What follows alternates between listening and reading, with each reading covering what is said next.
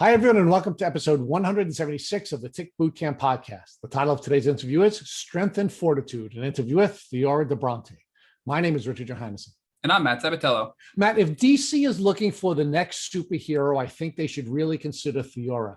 This woman went through hell and back, and she went through it all with strength and fortitude. And Rich, Theora did not shy away from anything. She discussed the possibility of getting Lyme sexually. She talks about getting a traumatic brain injury from her Lyme treatment and how she's currently dealing with it. She talks about using neural retraining for the TBI, but also how it can help Lyme disease. And she also talked to us about a specific Lyme clinic that helped her get her life back. So, Matt, in true superhero form, Theora ended this podcast by sharing with us that she's going to return to social media so that she can take the lessons that she's learned through this journey and share with others to help them shortcut their journeys. So, Matt, without further ado, strength and fortitude. Hey, Theora, and welcome to the podcast.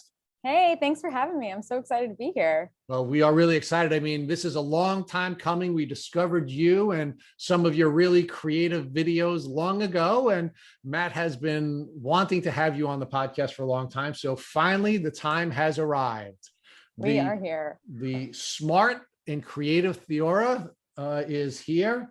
And so folks, we first want to introduce you to this guest. So tell us where you're from. Where are you living now? I don't mean this moment right now. I know you're in Hawaii right now on vacation, which is another thing I have to thank you for taking time out of your vacation to honor the commitment to come on. But tell us about where you live when you're not vacationing in Hawaii. Well, I'm currently in transition. Obviously, when you get sick, life takes you in other places. So I am in Tahoe with my parents pretty much, but I'm also down in San Diego and LA because I'm still doing some treatments. So I'm down there for that too. So you're a West Coast gal. West Coast gal, anywhere in California, basically. Right, so did you grow up in California? I did. I'm from Carmel, a really small little town by Monterey. And yeah, I went to Santa Barbara for a couple of years for college, and I went to San Francisco, and then I went to LA, and then San Diego. And so I've been all around California on the coast. So talk to us about what your childhood experience was like. I had a great childhood experience. You know, I grew up by the beach, even though it was cold. Did a lot of activities like biking and hiking, and I was right by the Monterey Bay Aquarium. So when I was little, we were members. So I got to go a lot to that. And, a lot of camping trips and skiing trips. So I was a very active kid, did softball and basketball and soccer. Not that I was great at all of them, just basically softball was the only one I was good at. I did acting, a lot of plays, and just real like a mover and shaker. I was very into a bunch of different stuff. So as a gal who is living this outdoor life, including camping and various sporting activities, did anybody ever give you any warnings or training about how to protect yourself from ticks and Lyme disease? No, not as a kid. Did you know anything about ticks or tick diseases during your childhood?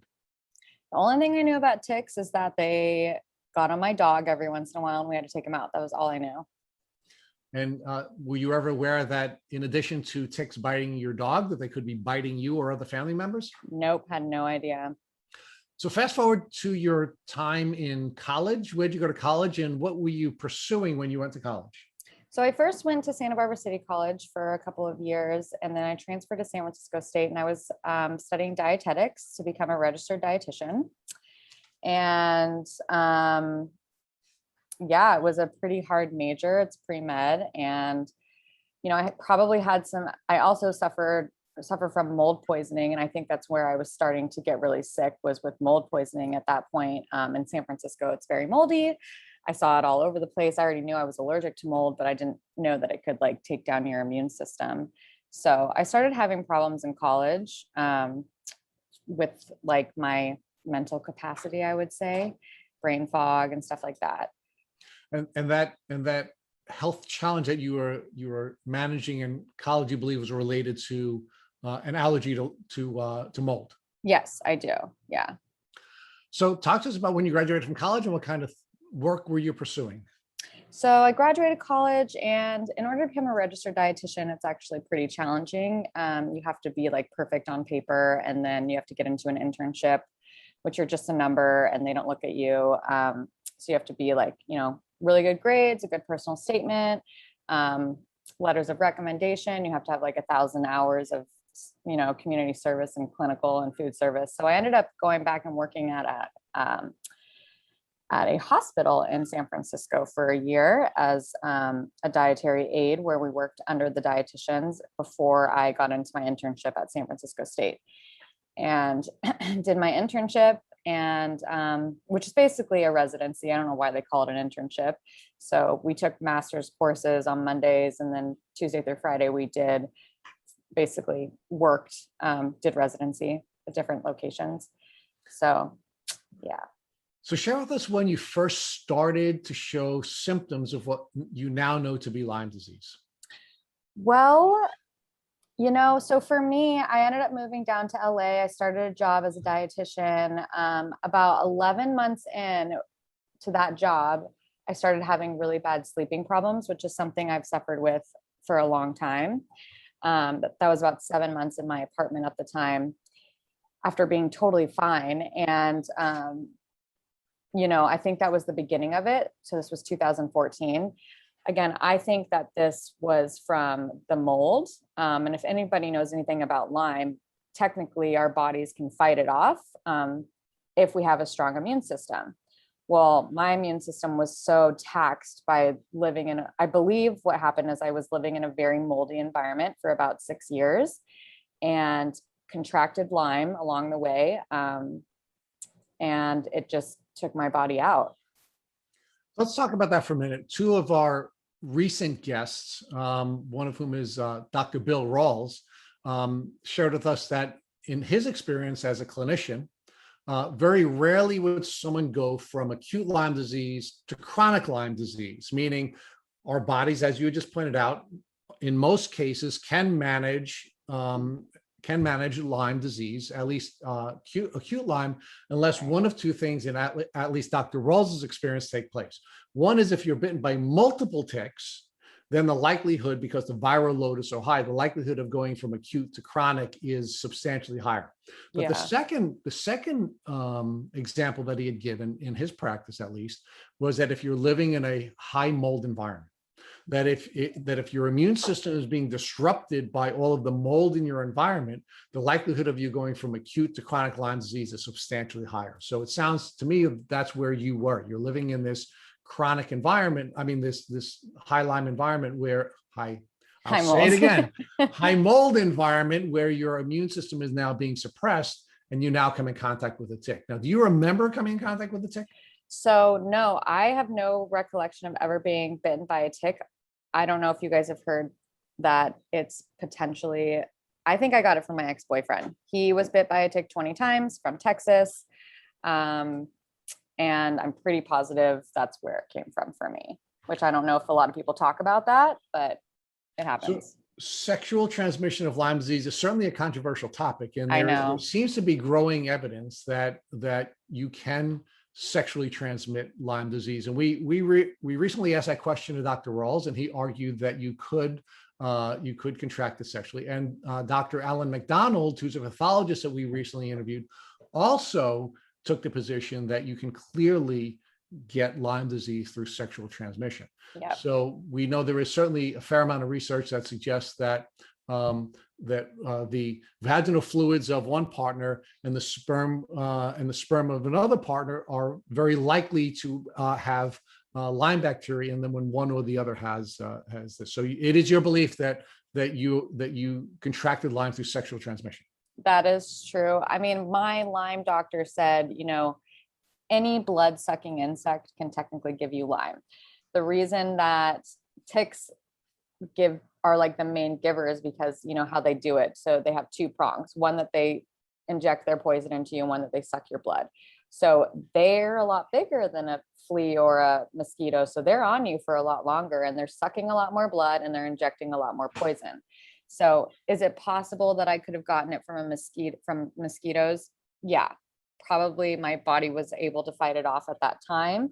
Maybe it laid dormant and then when the mold happened and took out my system, that caused it. But I'm pretty sure, my main symptoms started coming after we were together.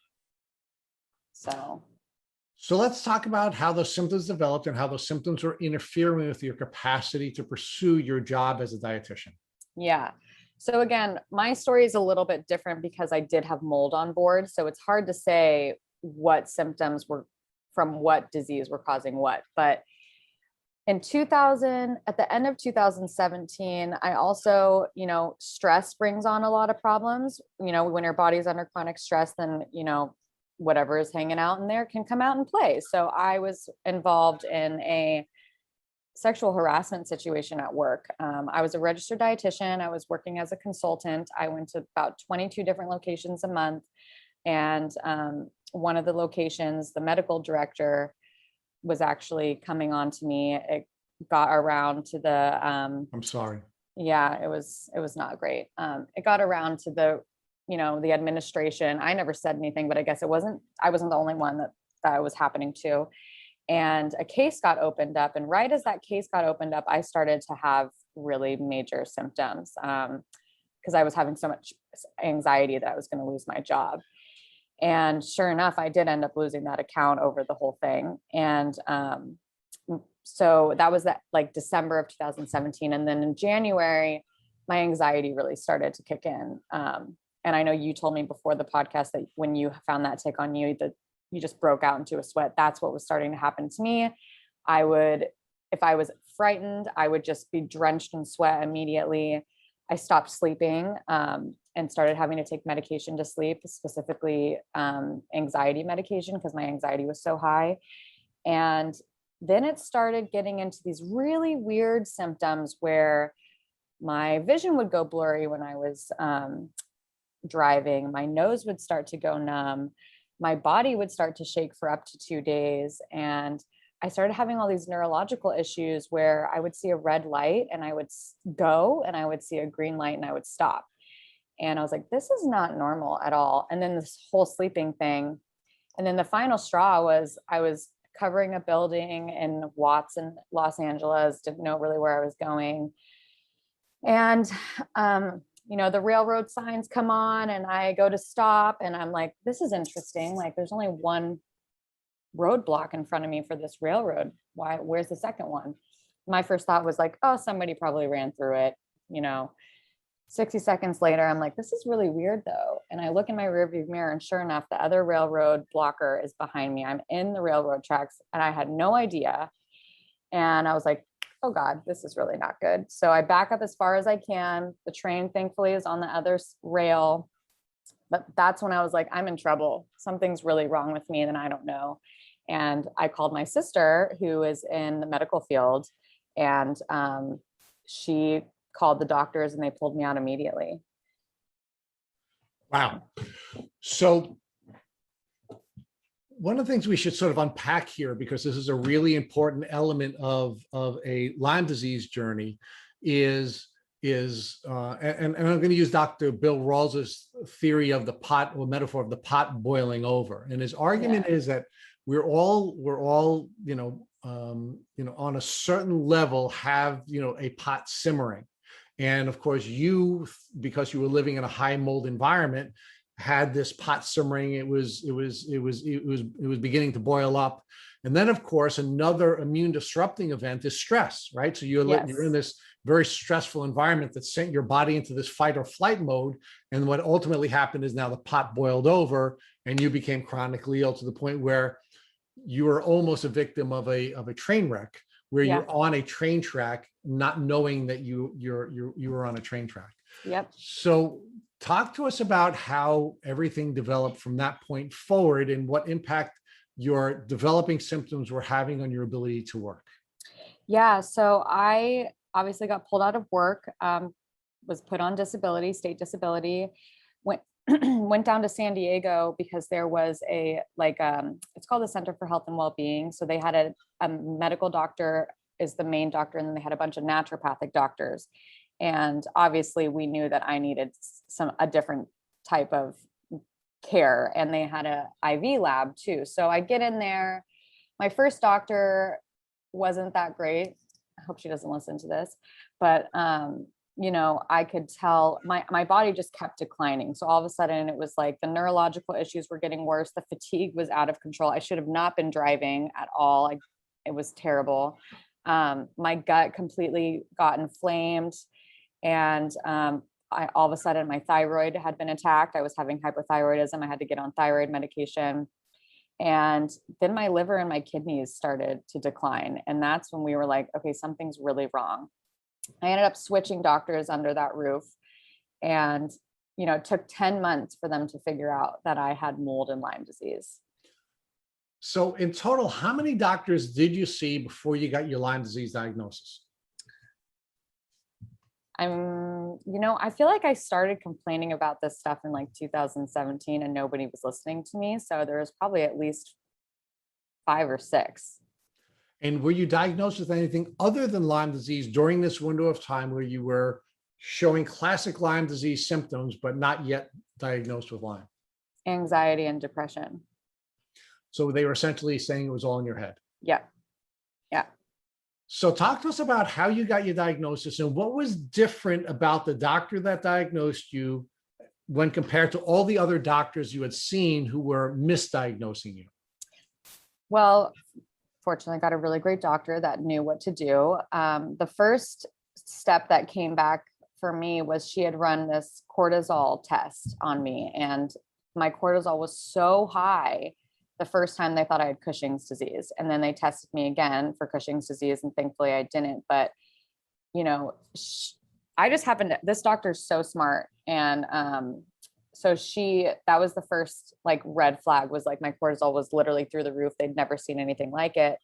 And then I had an acupuncture on as well that was like, look, we need to test you for mold. And that's the first test that came back. And, this specific naturopathic doctor looked at things in a different way, right? We weren't just looking at blood tests, your regular, what they call a CBC, which is like your blood panel for, your red blood cells and stuff like that, or a metabolic panel, which is your, they look at your liver and your electrolytes. That's not enough to tell you what's going on by any means. If it's in the blood, it's too late. So urine tests are a lot more accurate.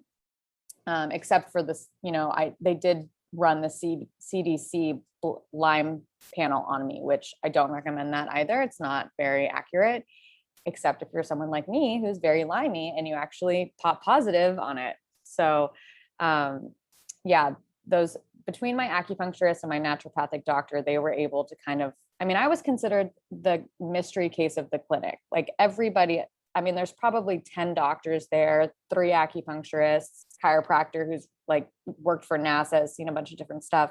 They could not figure out what was wrong with me. And it took a lot of digging and, me not giving up, because I kept saying, something's not right here. And we have to figure out what's wrong, because I refuse to live my life this way. Like I can't go on this way. So finding a good team is really, really important. Theora, let's talk more about the testing. You did mention that you were one of the fortunate ones to pop positive on a CDC test, which we know is horribly inaccurate. Yep. But you also noted on your pre-interview questionnaire that you did a dark field test. So can you talk about what a dark field test is for our listeners? Yeah, absolutely. So fortunately for me, this is crazy, but I'm the 6th person in my family to have Lyme disease. And I hope people know that it is not genetic by any means. I've only had one blood relative, my aunt. Everyone else is through marriage, and they were all bit by ticks. So we've gone to this treatment center in Reno, Nevada to do this crazy treatment that works. But so when I tested positive, we already knew what to do. I'm sorry to interrupt. Are you comfortable sharing the name of that clinic? Yeah, absolutely. It's called Sierra Integrative Medical Center. And they're in Reno, Nevada. I highly recommend it. It's crazy. Just, prepare yourself, but it works. So, my stepmom actually was like, we have to get you to Nevada and we have to get a dark field. So what a dark field is they just take a little, they prick your finger with blood and they put it under a microscope and they look at your blood, and you can see your red blood cells. You can see if you have big neutrophils, which are white blood cells, which will tell you if you're fighting something. And then you can actually see the spirochetes in your blood swimming around, or hatching in my case, as they called it. I was pregnant, and hatching on I could see it right there. I have video of it. I can send you guys. It's disgusting. So this is an actual test that shows you essentially in the end, a video recording of your blood under a microscope of the spirochetes moving around and also reproducing and pregnant spirochetes essentially. Yeah, it's actually not even a video recording. It's happening right in front of you. Like the microscope is hooked up to a TV. So you're seeing exactly what the nurse is looking at under the microscope. And I took video of it. Yeah. Yeah, if you could share that with us, we will make that available. We'll put the link, if you're comfortable, Theora, in the show notes, so our listeners can look at that as well, because I think a lot of people may be interested to see what that looks like, to consider getting the dark field test done as well. Yeah, absolutely. Not a problem. So now at this point, you were treating with your team of doctors, but you didn't go to the Theora Integrative Medical Center. This was just from your family members' experiences that told you to get that test, it sounds like, right? So no, I did. So when I tested positive for Lyme in August of 2019 and went up to the center for my dark field in October, because it's kind of something you have to plan for, and then came back in November for the actual treatments. So let's talk more about the Theora Integrative Medical Clinic. Center. We've had a lot of people reach out to us asking if we know of any good inpatient Lyme facilities. Now, is this an inpatient facility? So it's technically outpatient, but because I don't think they can, well, I guess there's one in Mexico that's kind of similar, Santa Viva. I don't know if you guys have heard of that one. So it's outpatient. You come in, they do IVs, they basically put you through detox for the first week. They do blood ozone and a bunch of detox IVs, and then they do what's called a mitochondrial push. So it's actually this algae that they create this concoction with, and they inject you with it. And what it does is it puts your body into hypothermia. So you shake and shiver for about 30 to 60 minutes. I don't know if you've seen that on my Instagram. I can send you videos of me doing that. And then you spike a really high fever for, however long you want it to run. I tried to get it at least a few hours, but you can always cut it with Tylenol or something, but it's crazy. I'm not going to lie. But it works. Yeah, I'm sorry to stop you there. You're just giving us so much really good information. I want to just get some more details before we go on. So the first thing is, if somebody is interested in a clinic, and this clinic worked very well for you, the Theora Integrative Medical Center, did you stay at a hotel and just go back on a daily basis? What was that like for you as far as visiting the clinic and being able to get the treatment there? Yeah, so they have some like discounts with the hotels around. There's also, I'm actually looking into creating housing for them, because people do come from all over the country, all over the world. And I think that would be very helpful. So bear with me. Hopefully we'll have something up like that in the next 6 months. But my parents lived in South Lake Tahoe, which was an hour and 15 minutes away. So when I first started, I stayed in a hotel just for the first couple of nights. And then I tried to do the commute back and forth, and then that didn't work. I put out something on Instagram that I said, look, I need a place to stay in Reno. Is there anybody that would host me and my mom, who was taking care of me?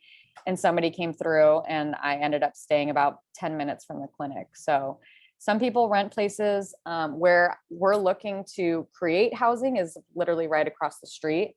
But they can do, like my sister, who was at the clinic for 6 months, she rented, they do 3-month rentals, 6-month rentals, and a year rental. That's called Horizons. So there's that option. I also tried to find, like an apartment to rent to, and that didn't go over very well because I wasn't looking at Horizons at the time. So did your sister have Lyme as well, and she was treated there for 6 months? Yeah. So my stepsister, technically, her and my cousin Allie were the first two to get Lyme disease. They had it really, really, really, really bad. And my cousin Allie's boyfriend at the time found this center in Reno. And so they were the first two to do it. And they lived at Horizons for about 6 months. So just to back up a little bit to kind of keep track of the story, you were diagnosed by a team of doctors, a naturopath and some others, and an acupuncturist. Now, how long were you with them? Did you go right into the Theora Integrative Medical Center, or did you do any other treatments prior to that with your previous medical team? Yeah, so my body crashed in October of 2018. That's when I was taken out medically, taken down to San Diego, went to this other kind of holistic center, and for 10 months was doing all these crazy different treatments. I don't know if you guys have heard of NAD therapy. It's really big right now. again, there was really they kind of just threw me into whatever because they didn't know what was wrong with me. NAD is supposed to help all these different things, but you're also not supposed to be on medication when you do NAD. NAD is a precursor to your brain. So I was taking sleep medication because I wasn't sleeping. So for 6 weeks, I basically wasted a bunch of money and time doing this really intensive IV therapy for 3 days a week for 6 hours. I was doing all different types of IV therapy. That lasted for 10 months. When I got the Lyme and mold diagnosis, and so I got the mold in July, Lyme in August of 2019. And then I went into treatment. I think I was doing a few things still in San Diego, not much though, but then I was in Reno, Nevada at Sierra Integrative Medical Center for November and December of 2019. So you were treating before you even had your mold, and then the next month later, Lyme diagnosis in San Diego. Yeah. And as I think a really important tip, because many Lyme patients do consider taking NID, and some of our guests have taken NID, you're not supposed to take other medication with it, otherwise it won't be effective. And exactly. And in your case, you ended up wasting a ton of money, it sounds like, doing that. Yeah. Yeah. So you spent a 10-month window, both pre and post diagnosis of mold and Lyme in LA. Didn't make much progress. It was just IVs and NAD. Anything else you did there before you went on to Sierra? Acupuncture. That's about it. Yeah. Okay. So now we're going to fast forward and go back to the Sierra Integrative Medical Center. How long was your stay there? So it was supposed to be 6 weeks, but it ended up being 2 months. So basically the beginning of November to the end of December. And the reason is so that they do it in 6-week cycles because the immune system turns over twice in 6 weeks, or actually it might be 4 weeks. I think it's a week of detox, 2 weeks of pushes, and then a week of detox. So in those well, no, maybe I'm wrong. It's 20 pushes total you have to do because the immune system turns over twice for most people. And the first thing you mentioned, so I'm going to kind of go back to where you were before. You mentioned you started with blood ozone, and then you did these algae mitochondrial pushes that were really, it's a hypothermia, which leads to hyperthermia. So first, let's focus on the blood ozone that you did at Sierra. So what exactly is blood ozone, and how did it help you? Yeah, so blood ozone, I can't say it necessarily helped me, but I was also really, really sick. I probably should have done it more. So what they do is they put this, big needle into you and they pull out your blood, they ozonate it, and then they put it back in. So it's supposed to ozonate your blood, which is supposed to help your body be able to fight things a little bit better and boost your immune system. Most people rave about it. I didn't see much with it, but again, everybody's different. So I think if I'd done it more, it probably would have been better, but. And I think timing is important also, because we've learned that when people do certain therapies in the beginning of their treatment, sometimes they don't help, but when they do them later on in their healing journey, they become helpful. So I think that might be another factor here. Yeah. Now, were you doing just blood ozone and then you moved on to the pushes, or were you doing the pushes and blood ozone in parallel at the same time? So how they have it set up there is for the first week is you're doing the detox and you're doing blood ozone. So they do these detox IVs like vitamin C. I feel like they had me doing FOS. I can't remember exactly. And then they would have you do 2 treatments of blood ozone. Again, this is all out of pocket. So I had gotten to the point where it was I had to kind of pick and choose what I was going to do. And that's why I didn't continue with blood ozone because I just couldn't afford it at that time. But they basically put you through detox. The blood ozone is part of the detox in the first week. And now after the detox part of your stay at Sierra is done, you now move on to the protocol for these pushes, as you called them, which are the mitochondrial pushes. And it's really an algae. Is that what you said? It's an algae push? Yeah, it's an algae that they grow. And I don't know what else they concoct in there. The owner's mom makes it the potion every Sunday. And they inject you with it. So we had another guest, Kristen Nanos, who went to the Sierra Integrative Medical Center as well. And she did, I think it may be the same thing. She actually had to basically inject herself in her butt with these pushes. Is that the same thing? So those are the butt shots. I don't know if you've seen my Instagram, but I have that too. So no, that's glyoxal. And glyoxal is it's basically an immune booster. So while we're there, we take glyoxal shots every single day, and then they send you home with them. So technically you do them 3 times a week on your own. I still have some. I was on them for a very long time until now. I just keep them for, if I feel like I'm not feeling so good, I'll give myself a glyoxal shot. And are those helpful boosters when you're not feeling well to help boost the immune system and kind of bounce you back into a healthy state? Yeah. Like if I had it my way, everyone would have glyoxal on them just in case. So walk us more through the exact process of getting these pushes, the mitochondrial pushes. So first you get really cold, right? It sounds like you get like this hypothermia, and then you become hyperthermia where you almost develop a fever, it sounds like, right? Yep. That's exactly it. So, and it's also very uncomfortable. It's not just like, oh, I'm cold. It's like, you feel like, I mean, I don't know how to explain it, except like maybe like you have the flu, but like a really bad flu. Your whole body's achy, everything hurts. And then you start shaking really hard and you can't control it. The most uncomfortable part for me was my teeth. So I used to bite a blanket and I'd be covered in heating pads because you'd just be so cold and you just kind of rock, and they call it the shake and bake. So you're shaking and then it'll finally wear off and then you'll just spike a super high fever. So, they try not to let you go over 105 because I was, in pure Theora fashion, set the record at a temp of 107.2 on my 4th day in. Yep. Yeah. It's great for me. So, I don't recommend that. One of the MAs was like, look, to have a therapeutic experience, you're fine at like a 101, 102 fever for an hour. So after I hit my 107, I was like, okay, I don't need to go that high. So I would try to stay around 104 at the max for about an hour or two if I could. If you're in a lot of pain and you can make it at least an hour, that's great. But if you can go longer, like my stepsister's crazy and she was like, you need to have it go forever and it needs to be high and blah, blah, blah. And I was like, everyone needs to do this their own way. Okay. I don't need to be suffering forever. Well, I think the fact that you broke a record there and you hit the 107 plus mark is probably pretty outstanding in itself. So talk to us about timing though. So the first question, it's a 2-part question here. How long is the cold phase or the hypothermia phase? And does that naturally progress into the fever, or do you have to do something to trigger you out of the cold or the hypothermia into the hyperthermia or the hot phase, the fever phase? Yeah. So normally the hypothermia lasts 30 to 60 minutes. I would say 60 minutes max, sometimes a little bit more. And it just goes into the fever on its own. You don't have to do anything. It just happens.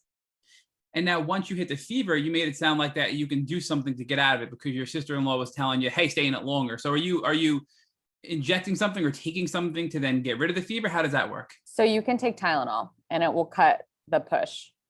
Yeah.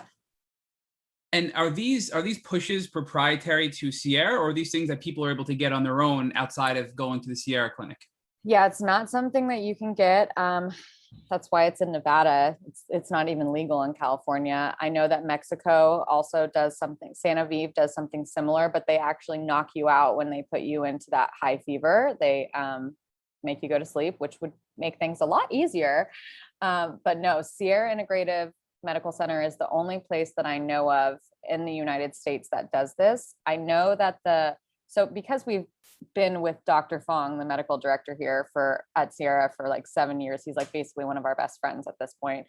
So I know a little bit more information about the place, but his mom bought this specific treatment off of the Russians. I believe it was the Russians. I hope I'm not wrong on that. And I don't know if she has it patented, but basically nobody else can like buy this specific treatment style. So walk us through the first time you got this mitochondrial push, because now you're really sick. You're in LA, nothing's helping. You go to Reno, and now you're just like you're horribly sick. You get this push, and now you get crazy cold, crazy hot. You're having a fever. What was that like for you? And talk us through the aftermath afterwards too of the first push. Oh my gosh. So the first push, wasn't too bad. I just remember, I have video of it. My just not being in control of my body was probably the weirdest part. And my legs just shaking so hard. And they have this one room that they call the ICU room that have beds in it. And so they're really old beds. And I, of course, get the squeakiest one next to the wall. So, it's just going squeak, squeak, squeak, squeak, squeak all over the place. And I'm like, oh my God, this is making it so much worse. And Well, no, actually I lied. My first push didn't happen until I left.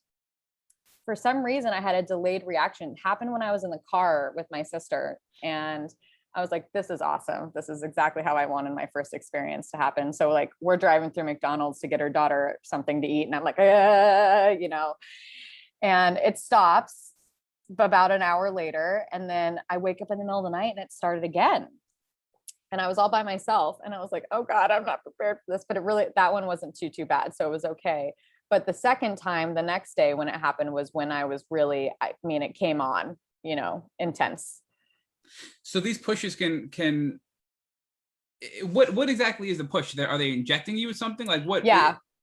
So like think like they call it a push because it's a small little injection that they push into you. So you've done an IV, so you have your little port in and you keep it on. So you go in, you do a couple morning IVs. In my case, I also had brain problems. So they were treating me with TMS, which we'll get to that later.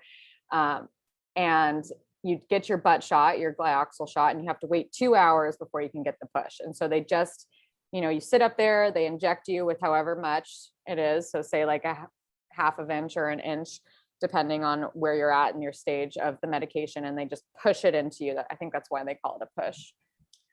So the first time you got this push, you didn't feel the effects from it until after you left and were driving back to the hotel and you had it in the car. You had the cold effect, right? The hypothermia effect. Yeah. And then the hyperthermia kicked in overnight, or I misunderstand that? So I had 2 rounds of hypothermia that night. For me, my favorite thing to do when I was like in a push or at the end of a push was get into a hot bath. So I think I had my hyperthermia experience that particular time in the bathtub. But you know, it's the first time they give it to you, it's called a dab. So they just give you a little bit. So most people don't react to it. Like 95% of people don't. The second time it's just a little bit more. So you're kind of they're trying to see how your body's going to react to it, right? Are you very sensitive? Some people can take a lot. So for me, you know, that second experience wasn't too intense because I hadn't had that much medication injected into me, but I did have that second round of hypothermia at nighttime, which was really interesting. So then I found out that could happen. So you could have 2 bouts of hypothermia from one push, it sounds like. Yes, you can. Now, walk us through health-wise. So obviously it's a very unpleasant experience to have extreme cold and extreme heat and fevers and flu-like symptoms. Now, at what point did you start to see a change in your health and your symptomology? Was this early on with the pushes? You know, was it later on? When did your health start to change? Okay, well, my story is very complicated. So while I was there, because they were so worried about my neurological issues because of that whole stopping in the railroad track situation, they tested my brain. They did what's called a functional EEG. They had a consultant in there who was I don't even know what his credentials are at this point because he's a phony, turns out. And but he did run this FEEG on my brain, and they could see that I was having all these problems from being so sick with the Lyme and the mold. And he was like, I'll do what's called TMS and I can fix your brain. So what is TMS, Theora? So it's transcranial magnetic stimulation, and they put a big magnet on your brain and they stimulate it in different areas depending on what's going on. So they saw for me that the FEEG that they run first is like they put this little cap on your head and they read all different parts of your brain and see what's going on. And then you get this printout and it says, okay, this part of your brain, this is where it's supposed to be and this is where you are. So you're out of range, so we need to get you back here. And they also found that when I close my eyes, my brain speeds up. And I was like, well, maybe that's why I don't sleep at night. And he was like, I can fix all this, but the major stuff was on the left side of my brain and in the back. And so he puts this fat magnet on my head and stimulates it. So I'm doing that while I'm doing pushes, and I'm noticing I'm not feeling better. Like there was this girl that was in there with me who's 16, who's had Lyme since she was 5, and she starts like coming around during the process, and I'm just getting worse and worse and worse. And it turns out, you know, my last push was on a Wednesday, and my insomnia, for me, like my biggest trigger is insomnia. And my insomnia was getting worse and worse and worse as I'm going through these Lyme treatments. And, you know, my aunt who had gone through this was like, you know, sometimes it can take up to 6 months afterwards until you feel better. But, technically you should start sleeping because she has insomnia too. She's like, the pushes should actually help you sleep because your body's so tired. And I'm like, well, that's not happening for me. And how long were you getting these pushes at this point? So now you're introducing this brain therapy, and you're also getting the pushes. Are we talking a month, 2 months, 3 months? How long were you in the treatment for? I was there for 2 months, and I was doing both the treatments at the same time. Well, not so like morning time would be IVs, then I would go into TMS for 30 minutes, then I would have lunch, get my shots, and wait 2 hours, then come back and have the pushes. That's what my day looked like. And when I went in at the beginning, I was on some heavy duty anxiety medication for sleep. And my doctor was like, look, I don't want to pull you off of this while we're putting you through the pushes. We need your body to sleep. Well, as I'm going through the process, it's getting worse and worse and worse. I'm having to increase my medication. And by the end, I'm not only taking the maximum amount of this benzodiazepine that I don't recommend people take, I'm also taking a ton of over-the-counter sleep medications because I can't sleep. And I've been talking to the nurses about it, and they kept saying, stop the TMS, stop the TMS. We've seen this happen with other people. And I was like, I don't know what I'm doing. I'm just following protocol. And my last push was on a Wednesday, and that night I didn't sleep at all. And I came back in, and the doctor, I put that in quotes because he's not even a doctor, come to find out, happened to be there Thursday. And I said, look, I didn't sleep last night. My last push was last night. I don't know what's going on. And he said, let me treat you for TMS today. And I proceeded not to sleep for 5 days after that, ended up in the ER. And, you're in the ER, and they're like, oh, you have Lyme disease. And I'm like, yeah. And they're like, oh, you're fine. Well, you don't need anything. And I'm like, it's not the Lyme disease necessarily that's causing these problems, but like somebody needs to help me. Something's really wrong. So fast forward, we come to find out that the guy had actually overstimulated my brain and given me a TBI. So this is the brain doctor they pulled in as a consultant, not the doctor. I think Dr. Fung was his name, or Feng, who runs the CR clinic, correct? Correct. Okay. Yes. Dr. Fung is awesome. This other guy is no bueno. So now this is at the end of 2 months, you finished your last push, you got the brain treatment again, and he overstimulated your brain. You find out in the ER, I'm guessing is where you learned your brain was overstimulated. Is that correct? So no, actually they didn't do anything for me in the ER. I didn't find out so I finished my pushes, like, I want to say like December 23rd, or I finished at CR Integrative at December 23rd of 2019. I went back to San Diego with my sister, who was my caretaker, at the beginning of January after New Year's. And that's when we knew.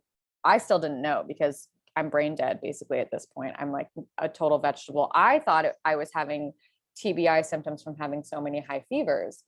And I was so fatigued. I could barely stand up. I would get overstimulated. Like I could not walk into a grocery store. I couldn't drive.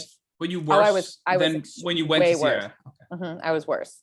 And I kept saying to people, like, I feel like something's wrong, and they were like, oh no, you're fine. And it was finally one of my nurses in San Diego that was like, the light in your eyes is gone. Like something happened to you there. And they all thought it was from the Lyme treatment, which it's not. I want to make that very clear. So it was not the fevers that caused this. It was not the fevers, no. So I think what happens though for Lyme specifically, and I know you've had neurological Lyme before, is that people get very concerned about what's going on in the brain and how the Lyme can affect the brain, and which is very true. But from my experience, I wouldn't jump into another. If I could go back, I wouldn't have jumped into another treatment right away. I would have preferred to just treat the Lyme, see how I felt, and maybe my brain would have healed on its own. So talk to us more about some of the symptoms you experienced from this traumatic brain injury, from the overstimulation of your brain from this brain treatment. What were the symptoms like, and how are they different than your normal Lyme symptoms you were having prior to that?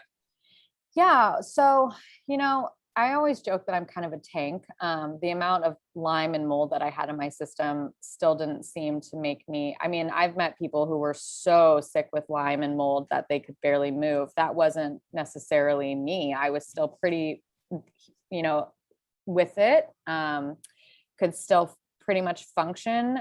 I mean, I don't know what you want to consider function, but for me, as I was thinking that I was functioning, able to take care of myself. and all of that was gone. I mean, I could barely stand up straight. I also have always had blood sugar problems. So I would get these feelings of, I thought I was having low blood sugar, and I would eat and it wasn't that. I physically could not, I could barely, I was a vegetable at that point. Like that's where I feel like, you know, most people who have Lyme disease are in that state. And that happened to me from a brain injury. So I was sensitive to lights. I had to wear sunglasses at nighttime. I couldn't watch TV. I basically just, I couldn't get out of bed. So you mentioned it was one of the nurses, I believe, in LA that said, "Hey, look, something's not right. The light behind your eyes is gone." Yeah. Were there any tests that were done to prove that your brain was damaged from the brain therapy you got at Sierra? So the one test that was done was a follow-up FEEG by the guy who did the damage. And I didn't know, you know, I didn't read it at the time because I was not in a good state, but it was another person from Sierra Integrative that I met that was asking me about the FEEG that, you know, I opened it up and I looked at it and I said, this is how you read it. Because I'm a scientist, so I know how to read these things. And that's when I looked at it and I compared it to my other one. And I was like, oh my gosh, like he messed up. This is not right. So you could see where I was before, where I'm supposed to be, and where I was now. And I was way over. And then I was in a doctor's appointment with my naturopathic doctor in San Diego, and my sister was there, and she's had a brain injury. She's worked with a lot of people with brain injuries. And she said right in front of me, you know, I think I'm looking at a brain injury here. And my doctor was like, I think I am too. So I'm going to get another follow-up FEEG to see where I'm at now, because there wasn't an MRI or anything done. But I mean, this was your functional doctor, and your sister were looking at the results from this fake doctor, essentially. Yeah. And saw the decline and indicated a TBI. Yeah. So now that your functional doctor says, hey, look, you got a TBI, what can you do to help that? So what are your next steps? You walk us through, I guess the first question is, before we even go there, how did that affect you emotionally at that point? Oh my gosh. I mean, well, to be totally honest, I was so messed up. I didn't even know. Honestly, like I just didn't understand. I'd been sick for so long at this point that it was almost like it was normal, but even though it wasn't. I know it's terrible to say, but I really honestly didn't even know how sick I was until now that I'm back to normal. I can look back and be like, oh my gosh, that was horrific. And, this happened, I got diagnosed with the TBI March 3rd, and COVID hit. Everything shut down. So I went up to my parents in Tahoe because my sister and I were in San Diego, and poor thing was, we've talked about caregiver burnout. She was burnt out, and all of a sudden the pandemic hits. She can't take care of me anymore. So we go up to Tahoe, and we're there for, March, April, May. And then in June, I have another episode of not sleeping for 48 hours where I lose my ability to read and write. And that's when I was doing TikToks and, Instagrams and meeting a bunch of people and trying to help a bunch of people. And I completely, I lost it. Losing my ability to read and write was probably one of the scariest things I've ever experienced. And that's when, again, my sister works in treatment, and she was like, we have to do something. And she called around and found this treatment center in the Valley in Los Angeles that they do like daily neurofeedback and a bunch of other stuff. And they sent me there for 5 months to rehabilitate my brain. So before we get into that, I think it's important to talk about the fact that you were active on social media, both TikTok and Instagram. You weren't sleeping, and a lot of stress and baggage can come along with being active, especially on a very popular platform like yours on TikTok and social media. So do you think that contributed to the stress load that caused you not to sleep, and ultimately that crash of not being able to have, be able to read or think properly? No, because, at the time I wasn't working. I wasn't doing anything. I was basically just at home. Was part of it stressful? Yeah, I did start to feel the pressure, which is why I think I shut everything down. I don't think it was a contributor to the insomnia attack, we'll call it. But I think after the insomnia attack was when I really started to be like, I don't know if I can keep up with this. This is getting too hard. people are asking too much of me. And I felt really bad that I couldn't do that. So on that note, specifically with people are asking too much of you and just the volume of trying to help so many people that are sick with Lyme, and in your case, probably mold, that are reaching out, what advice would you give to others who are trying to give back and help the community in the Lyme world and are feeling overwhelmed and like it's almost burdening them? What advice would you give them so they can keep helping others, but not let it impact their own health? That's a very good question. I think that the best way to go about it is to release, content. For me, it was videos or posts that were very informative and not be attached to having to respond to everything. When my first TikTok video went viral and I was getting thousands of comments, I just finally reached a point where I was like, if I keep doing this, I'm going to throw up. Like, there's just no way. I can't keep up with it. So I would release something else, or I would go live and say, thank you so much for all of that. So I would say that's probably the healthiest way to deal with it, is to, release the information that you can, that can be helpful. If you can't reach everybody, that's okay. Find another way to acknowledge that you received their messages. Let's go back now to, I believe it was the middle of last year of 2020 during the pandemic, and your sister finally finds somebody in LA who can do neural feedback to likely help with your TBI. So I guess the first question is, can you explain for our listeners what is neural feedback and how can it help a TBI or a traumatic brain injury? Yeah, so neurofeedback, traditional neurofeedback, is something that you do when you look at a computer screen, and they run this little test on you to see like what areas of the brain need training, we'll call it. It's basically training. And so you look at these pictures and they're all moving, and then you hear these sounds. So it's training different parts of the brain to basically start to heal itself. There's also microcurrent direct neurofeedback, which I did the entire time that I was sick. And it was probably, for people with Lyme and mold, we're such a moving target. So I didn't see a bunch of support with the microcurrent neurofeedback, but I'm sure it was keeping me stable at the time. But traditional neurofeedback, you look at the screen, it's training your brain to kind of like training anything, you're training a muscle, you're training your brain in different parts of it to kind of get it to start functioning again normally. If that makes sense. It does. So now I'm assuming you went down to LA and you did this therapy, and walk us through, was it helpful? How long did it take and what that was like? Yeah, so it was actually a full-blown inpatient partial hospitalization program. It's called Awakenings. Most people were there for drug and alcohol rehab. And I was in what they call the trauma, the professional trauma track. So another thing that I don't think people talk about a lot is when you're sick for so long, you go through a lot of trauma. It's very, very traumatic. So they did a really great job at not only helping our brains rewire themselves, but we did a lot of trauma training, a lot of therapy, group therapy, breath work, to kind of release the trauma that we've been through. And then we also did, what they called movement therapy. So they had us moving and working out. And I was there, I was only supposed to be there for 3 months, and I ended up being there for 5, and I probably could have stayed longer. I was just for me, I wanted to come out of that being able to sleep, and that still wasn't the case when I left, but there was really nothing left for me to do there. But aside from the inability to sleep and stuff and the insomnia, were there any other positive impacts that came out of that stay? Oh yeah. I walked in there, and any of my treatment friends can tell you, they called me Dory. I could not remember what I had done the day before. I was laid out in group half the time, and, was like, I don't know what we're doing or what we're talking about. And I'm sorry, I can't sit up straight. And that was completely different by the end. The feedback I got from people was like, they're like, you could be running this group at this point. Like, you're so with it, what's going on, you've learned so much.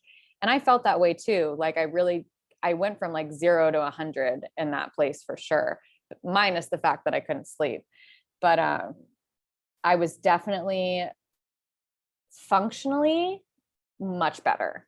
So your brain and your cognition and your ability to speak and your ability to think and read, that came back, it sounds like. It's just that you Yes. couldn't sleep. Yes. So I've struggled really hard with word finding for a long time. And that was one of my main Lyme symptoms. Word finding, creating sentences was, and then forgetting things. Like before I found out I was sick, I would leave my keys in the door all the time or leave the stove on, all those kind of neurological issues. So not all of that finally, like I started to be able to speak English again. Like I had a hard time speaking English for a long time. And this is all from the brain retraining. And a lot of this, I'm drawing parallels to other therapies that past podcast guests have done. And tell me if you've heard of these and if they're similar. Things like DNRS and EMDR and the Gupta protocol, a lot of those neural retraining programs for people with chronic Lyme that people get sort of at the end of their chronic Lyme treatment to help them bounce back into a normal lifestyle. Are they similar? Are you familiar with those therapies? So I'm similar with EMDR. And so what my understanding of EMDR is this is a type of therapy where they basically take you back into whatever kind of traumatic experience you've had and work through it. Neurofeedback is probably doing that without you having to go back, is how I would say the difference. It's doing it on its own, as opposed to you having to physically sit there where the therapist is taking you back in time and you're getting back to that traumatic experience. I don't know about the other ones, but they all sound like they're more of they're therapeutic as far as like a psychiatrist or a psychologist is running that. They're all very good, because I do think what is missed a lot with people who get sick is the therapeutic piece of it, where, you're going through so much, you need to deal with the trauma that you're dealing with at the time. So, and this is probably a hard question, is at its base level, the neurofeedback therapy you went through, was it essentially resetting the neurons in the brain and the way your brain chemistry behaves to get it back to a pre-sick or pre-illness or a pre-TBI state? Is that what it's doing in a nutshell? Yeah, basically. And my understanding is like microcurrent direct neurofeedback is a little bit better at that, because it's sending a tiny, tiny little signal to help the brain start to rewire on its own. Traditional, takes a different approach where it's trying to train exercise certain parts of the brain. But yes, so the whole purpose is to get it back to its baseline, not sick, not inflamed, for alcoholics and drug addicts, being addicted, that type of stuff. So it sounds like this stay was very helpful for you. Are you comfortable sharing the name of the clinic in case people listening are interested in learning more or potentially going themselves? Yeah, absolutely. It's called Awakenings Treatment Center, and it's in Agora Hills. And, like I said, 85% of people were there for drug and alcohol, but there was, a handful of us that were not there for that. There was another girl that had Lyme disease and a TBI there as well. The owner, actually, Sherry Corbett, had Lyme. And so that was one of the main reasons I ended up going there, because I was like, okay, she knows what we go through. And she was hooked up to an IV for a year as well. So she understands that this is a different ball game. So let's put things in perspective a little bit, because we know from our offline discussion that you and your sister have a really special bond. And before you got this neural feedback training, you were speaking gibberish, you told us, and that you literally had a secret language with your sister where you guys could only communicate with each other because it was just this gibberish back and forth. So it sounds like once you finished this neural feedback, that gibberish speaking was gone and you were able to speak pretty well without reverting back to randomly speaking nonsense, essentially.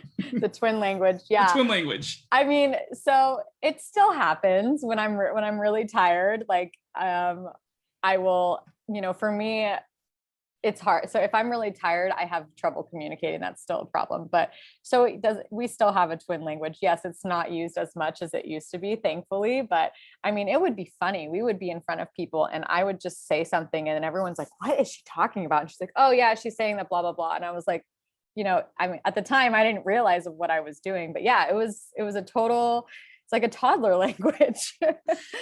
That's another thing we need a video for to share with people if you have one, because that I think I will look. Would be very relatable. I would definitely look. I don't know, but I'm sure it happened on my lives on TikTok all the time. So it sounds like you went there to LA in the middle of last year during the pandemic in 2020, and you were there for a couple of months. And now you're coming back, you're finishing up. It's the end of 2020. So at that point, you're still dealing with major insomnia. What other symptoms are left at this point, at the end of last year? Fatigue, and difficulty. I want to say difficulty concentrating. I mean, what I mean by that was when I came out, I was not ready to go back into the workforce at all. Like I still am at the point where I can't work. I don't know how I can work an 8-hour workday. Because I still have one mold in my system too, that I'm still detoxing off of. And I'm still having liver problems, and I'm still having thyroid and adrenal issues. So like, I'm still in my process, unfortunately. Am I in remission from Lyme? Yes, I've been in remission from Lyme since 2019. I just got I get a dark field test every few months just to make sure. And so fortunately I'm okay, but I've also been told that I've had a couple of labs that have shown up that said the Lyme wants to reactivate because I'm still dealing with the mold, right? My immune system's still down. So I'm keeping a very close eye on it. And I hope people know that like, once we have Lyme, it's like cancer. It's something we're going to have to deal with for the rest of our lives. And it goes into remission, and we just have to stay on top of it. Which is great. We get to stay healthy all the time and not have any fun. Just kidding.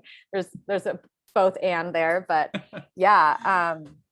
But it does sound like though that you are in Lyme remission. And the really important tip here is that some people that are generally healthy can have mold exposure and not feel anything or not have any illness. But because now you've had Lyme and you will have Lyme in your system likely forever, like I do, that you have to be sure to be as healthy as possible, to knock down the mold as much as possible, because the mold can trigger the Lyme. Exactly. And it sounds like your doctors are telling you that the Lyme wants to reactivate because it senses the mold and it wants to now dogpile on to make you even sicker again. Yep. And I've seen a lot of memes on Instagram of how mold and Lyme are like, what is it, like gasoline to a fire, and my roommate didn't get mold poisoning. She had a fan in her bathroom though when she was barely home. I mean, she did break out in hives a couple times, and I do think that was related to the mold. But yeah, it's I think one thing for people to know is like, it's, I guess, unfortunate that this is something we're always going to have to deal with. I know for me, I'm always going to have to deal with it. When I was in treatment for the brain injury at that center, I got re-exposed to mold, and it sucks. I'm still dealing with it now. But have I learned that, like, I carry an ozonator around with me. I don't know if you guys are familiar with those, but they kill, actually it's right here. I have a little mini one that I brought with me to Hawaii because I don't trust any place. And I've also been doing hyperbaric oxygen chamber treatments, which fortunately I had a family friend that's letting me do it for free. But am I going to have to buy one of those and have it for the rest of my life? Yeah, I think I am, just to make sure that I'm staying as healthy as possible to live the most normal life I can. And I do think, Dr. Fong recommends coming back once a year and doing pushes just to make sure that everything stays fine. And it's only a week of pushes. It's 5. Unfortunately, my body is not prepared to do that yet, since I'm still dealing with the other stuff, but I'll probably be doing 5 pushes come November, December of this year. And that's just something I'm going to have to do. And I would rather do that than, because I met a couple of people at Sierra Integrative that it was their second round of a 6 to 8 week treatment. And I don't want to do that again. So I want to go back to the neural feedback and the neural retraining. Have you done any tests since then to for your sister and your naturopath to look at, to say, wow, we can see we can actually see an improvement here? Or I think, has that been done? So no, but it is in the works. There's a really good neurologist down in San Diego that I'm going to be getting into this next month, because actually I need it anyway. I'm going to go after the doctor that did the doctor, quote unquote, that did the brain injury. But I need that proof of it. So that will be happening soon. And hopefully we can see, they can see where I was, what he did, and where I'm at now, and get the full picture of everything. But clearly, based on your own awareness and your family's awareness, you made significant cognitive improvements from going there. So even though you don't have the actual hardcore proof, you've made progress and probably reversed all, if not most, of the damage done. Yeah. I would say I'm about 85% better. So I just want to circle back, because you did have the TBI complication, and you have the mold that you're dealing with and you're addressing.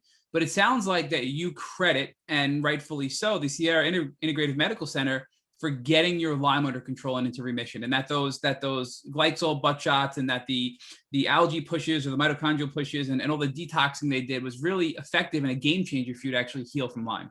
100%. I, again, am the sixth person to go through their treatment. Everyone is in remission, living normal lives. I'm getting to my normal life. My sister and my cousin have had 2 kids both, and both the kids are fine. You know, we did an extensive amount of research when they got sick 7 years ago, and there is no treatment out there like this. I've met so many people who, you know, they get sick and they go to the doctor and they give them a couple of antibiotics and they say, call it a day. And just, that's not how it works. Anybody that I know that has Lyme disease, I push them to go to Sierra Integrative Medical Center. I've talked to a lot of people who my family members have met, and they're like, hey, can you talk to this person about what's going to happen? And, you know, if they should go. And I'm like, absolutely. They're hands down maybe if you go to Santa Vive, I don't know if people would be comfortable going to Mexico, but there's a little girl, she's probably 10 years old. She was actually just there when I got my last dark field. She came from Mexico when I was doing my pushes, and, you know, for her yearly week pushes, and she could go to Santa Vive. Although I think Santa Vive is a lot more expensive. Actually, it's probably like $40,000 to go there.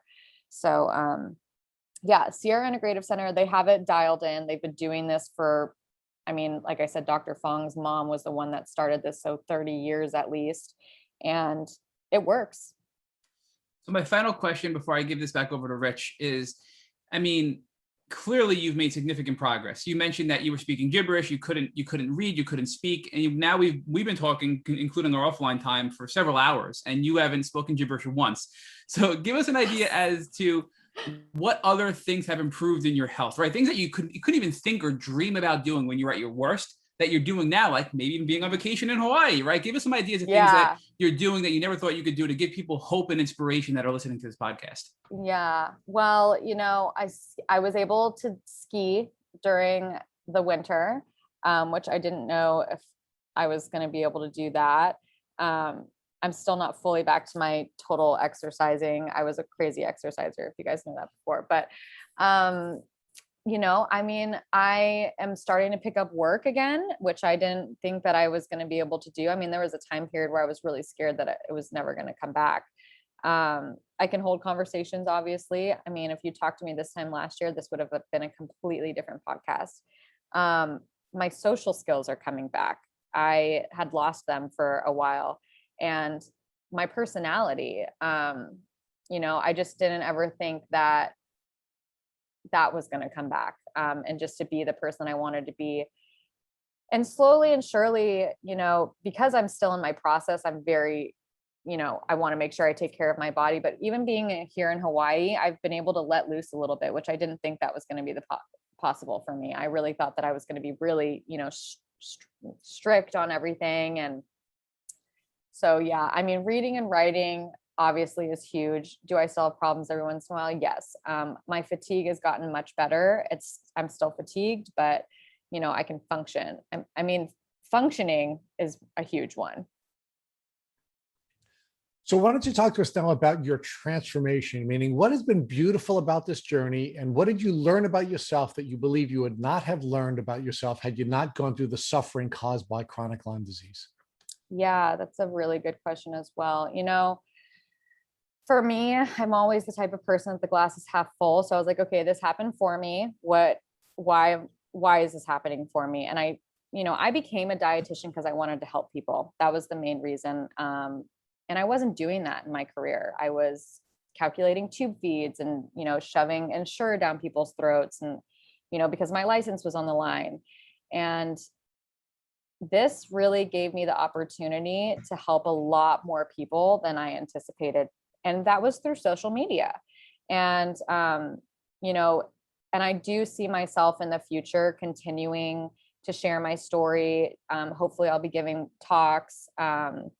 And it's really given me the opportunity to help a lot of people, which is something I'm really grateful for. I did a reading with a lady, and she said, you know, there's this culture or this kind of like ceremony that happens in the Native American culture, where a couple of people like get tied to trees and they sacrifice themselves for like 48 hours or whatever for the rest of the tribe. And she's like, that's what you did. You sacrificed yourself for other people.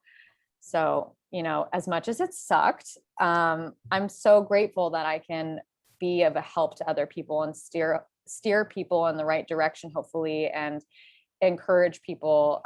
There was one woman that reached out to me on Instagram that had trouble giving herself shots.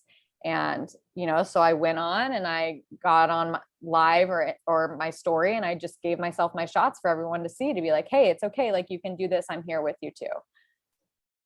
I want to thank you for tying yourself to the tree for 48 hours, because it really has been a really, really beautiful and powerful podcast. I mean, you really are awesome. Oh, thank you. So in the spirit of asking you to be awesome for one more moment, if God forbid your sister, who's been so wonderful to you on this journey, came walking over to you after you finished this podcast and she had a tick biting her, what would you recommend that she do so she wouldn't have to go through a chronic Lyme disease journey? So I would drive her straight to Reno and I would get that dark field test and I would get her in with Dr. Fong. That's what I would do. Thank you for listening to the Tick Bootcamp interview with our guest, Theora Dobronte. To our listeners, we have a call to action. First, if you'd like to learn more about Theora and her Lyme disease journey, please visit our Instagram page at theora.dobronte. Second, if you enjoyed this episode of the Tick Bootcamp podcast, please share it with your friends by using the social media buttons you see at the bottom of our post. Third, Tick Bootcamp has created a Tick Bite blueprint that has been inspired by the information that has been provided to us by past podcast guests. We urge you to visit our website at www.tickbootcamp.com to view the blueprint. Please note, we would appreciate any input or any improvements you would like to share with us. Fourth, don't forget to subscribe to this podcast on iTunes, Google Play Music, or Spotify to get your automatic episode updates of our Tick Bootcamp podcast. And finally, we thank our community for your comments on our past podcast episodes.